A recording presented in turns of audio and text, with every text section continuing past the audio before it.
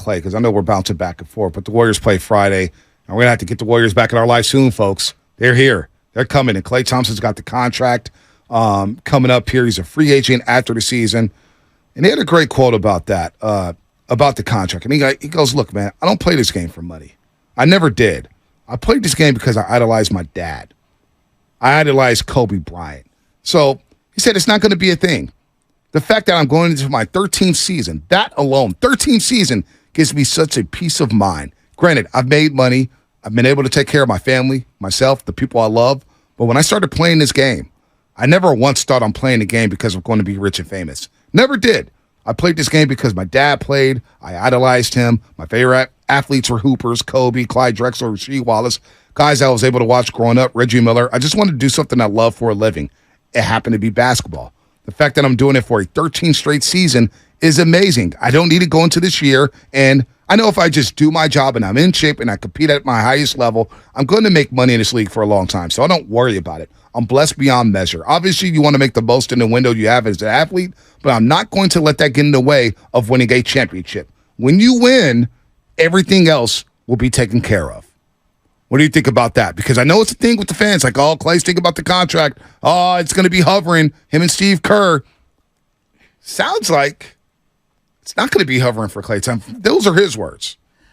Great. I mean, we'll see when, push comes to shove. Everybody loves to say it's not about the money when we all know that the money is a factor. It may not be the overriding thing. But for a guy like Klay Thompson, he grew up with money. Okay, but there's also, I'm not speaking for him, but I know for me, like and people that I know, there are certain people that put status into where they're slotted league-wide or amongst their contemporaries, and so they want respect. They don't want to be disrespected. Like if the Warriors gave him a $1 million deal, he's not accepting, or whatever the lowest amount is for he's not, like, he would feel disrespected. You know what I mean? Like there's a happy medium. No doubt. But what he's saying basically is like, look, I never got into this game for the money. Got into it for the love. When I got into sports, that's clear. Yeah, I got to sports broadcasting. For me, believe it or not, it wasn't about the money. It's because I wanted to do this. Wait, and I had fun doing this. Let me just make this very clear. Nobody should be getting into this industry for the money, because you start off making nothing, working ridiculous hours, and you end up making very, very little as well. Right. So I personally, I was just like, I just want to do something I love. I don't care about it. The money. Yes. If you, like Klay said that last line, if you win or if you're doing your job at the highest level or you're competing, everything else will take care of itself. That's how I feel like for my personal career. I believe Klay when he says, look, it's not going to hover. That will take, if I play well, everything else will take care of itself. I think so, I'll too. get the money that I want. I'll get the years that I want. I'll get the contract that I want. We'll be good. I think it's that fifth ring. That fifth ring. That's how many years? How many years? Are you lining them up with Dre? Yeah, you got to line them up. Yeah, if you give them the deal, you line them up all together. You line them up all 30 together. mil? Who just got paid? Jaylen Brown's getting $60 million a year. But I've got no problem paying Klay 30 if Jaylen Brown's getting 60. If Klay takes 30, that's a good deal for the Warriors. It's a great deal. That's a really good deal for the Warriors. Great deal. So I'm not worried about that. Klay looks like he's in Look better how much shape. Tyler Hero's set to make this year. I know. Exactly. Jordan Poole. Who do you trust more in a big game? How about this? All right. Who do you trust more in a big game? Trust Jordan Poole, you trust Klay Thompson. In a big game? Yeah. Yeah. Klay Thompson. What? Because Jordan Poole's getting 32, 33. That was my point. Yeah, so like, if he's in that range, like, yeah. But also you also have to factor, like, when you give a contract to a younger player like a Jordan Poole. No, you're projecting how he's going to be, no doubt. Exactly. And Klay's probably descending, but the sacrifice he's making, saying I need to rely more on my teammates to get me more efficient shots, making the extra pass, falling back like he did during the championship run. I think Andrew Wiggins going to have a big role. But I think Klay saying those things, Klay saying that, doesn't it put you at ease as a fan? Well, yeah, I mean, yeah. Because a lot of Warrior fans were projecting Klay Thompson saying, oh, he's not going to sacrifice. Oh, he's not sacrificing bleep. He said that 7 years ago when Kevin Durant came aboard. Well, yeah, but he's aged since then. He's matured. But that's what I'm saying. But people hold on to that, what he said back then. Well, that's unfair. But I would say this, B, like, you could say all the right things. Come game time, are you hoisting recklessly? Or are you, being a little more discerning? And It's a preseason game, so I'm not going to take too much out of it. But there were a couple of shots where I was like, oh, boy. Yeah, he did hoist. Even I said something boy. I was like, damn. I'll bite my tongue. I was like, damn, he chucking. That's Klay. Just let the rock. But I think that, this is for me, the evolution of, well, that's just Klay needs to turn into, that's what we do as a team, right? And I think that's, for me, you could see the slow maturation process. He was. True Dow's right. He was in heat check mode the first one. I was like, Klay. Okay, see? Klay. No, I even said something about it. But I know Klay, when it comes down to it, he's a trusted agent. Where they came down and they threw it to him at the top of the key on the right-hand side, and he just hoisted. Steve Kerr he had a deadpan face like, Klay. I put out something like, Klay looks, he looks very slim right now. And the first comment said, Bonte Hill, Monday morning. Klay's in the best shape of his life and looks amazing. I'm not going to tweet a single thing during preseason, I promise you. I'm not tweeting anything about the Warriors in preseason. Well, no, but I think the vibes are fun. Uh-oh. You know what vibe I like? What? It's always fun when she comes on the show. I don't know where you're going. I'm going to Oakland. It's my girl, Tony. Tony! Yes, here I am. First, I wanted to say hello, and this is for Sasky. He's starting out about the crystals.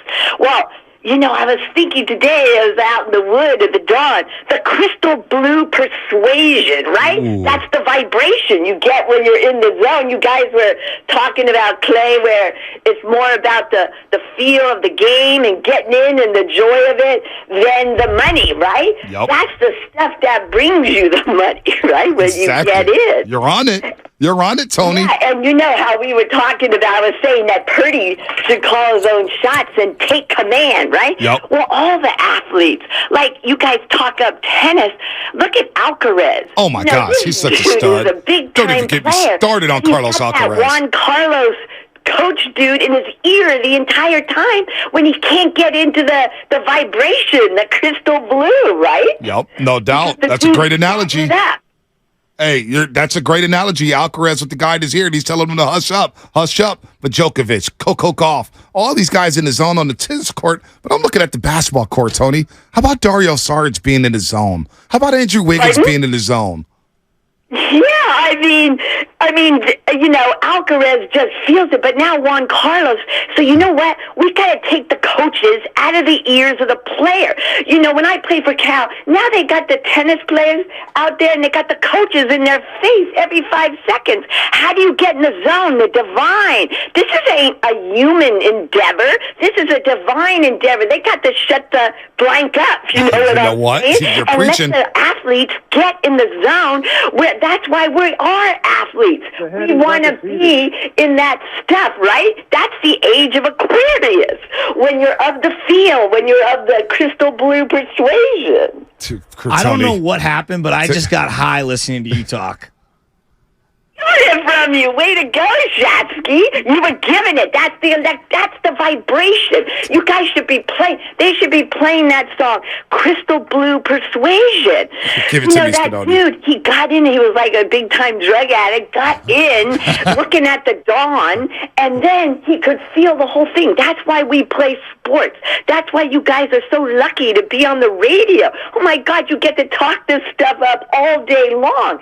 But now we should get the coaches out of the stuff because, Shanahan doesn't feel it the way Purdy does.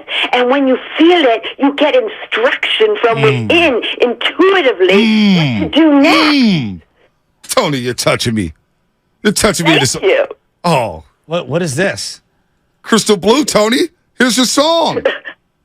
All right. Give it to me. Come on, you feel that vibration, Tony? Tell me you feel those vibes right now coming through these airwaves. Tell me it's uplifting you. Your feet is lifting off the ground. You're in heaven right now, Tony. You're in the clouds. We're athletes. Oh, come on, Tony. Give it to me. I already was. You were feeling it. I am feeling it now. I'm feeling it, Tony. Thank you for the call. Tony, that little purple pill anymore. Hey, Tony. I could do another 4 hours because I'm feeling it and I'm now in the zone. Oh. Well, you guys are always in. That's why everyone loves to listen. Everyone else is kind of dogged compared to you guys. But, Tony, you don't say Especially that drop. guy, Matt Steinmetz. Dude, there's no Morty Melon with the roast, baby. There's no Morty Melon. Tony, you have a great day. You know what? Wait. Hold on. You guys Go ahead. ask me what else I do. Shit, I write screenplays and everything. Taking command. I almost got Russell Crowe to do it. It's all about this stuff. Getting in. Wait a minute. You wrote a screenplay and Russell Crowe almost You know did what? the screenplay? You can go on the podcast. It's called Taking Command. You can listen to the whole thing. It's at you can go online, www.takingcommand.us. It's all about getting in the zone big. I've written books about getting in the zone. Tony, I would take you more as a Fantasia person with all the shrooms and acid I assume that you're doing, because that was more your thing. Wait. If you got a direct line to God, do you need to take drugs? Absolutely not. Love you. Absolutely not, Tony. My God. Absolutely not. I mean, it's so much bigger than taking a, I grew up in Piedmont, too, with that boy you like to talk about. What's his name? Brad Gilbert, right? You know Brad? You know BG, Tony? You start out early there. You give it up. 9th grade, you've done everything, right? Tony, please call once a week. I'd call every day, but your gatekeeper keeps me out. Sam is approved. Well, all right. Well, thank you guys. See ya. And play that Crystal Blue Persuasion. Oh my God. Give it to me. Give me that song again. Yeah, seriously. Oh, man. I feel Who's so the good artist? right now.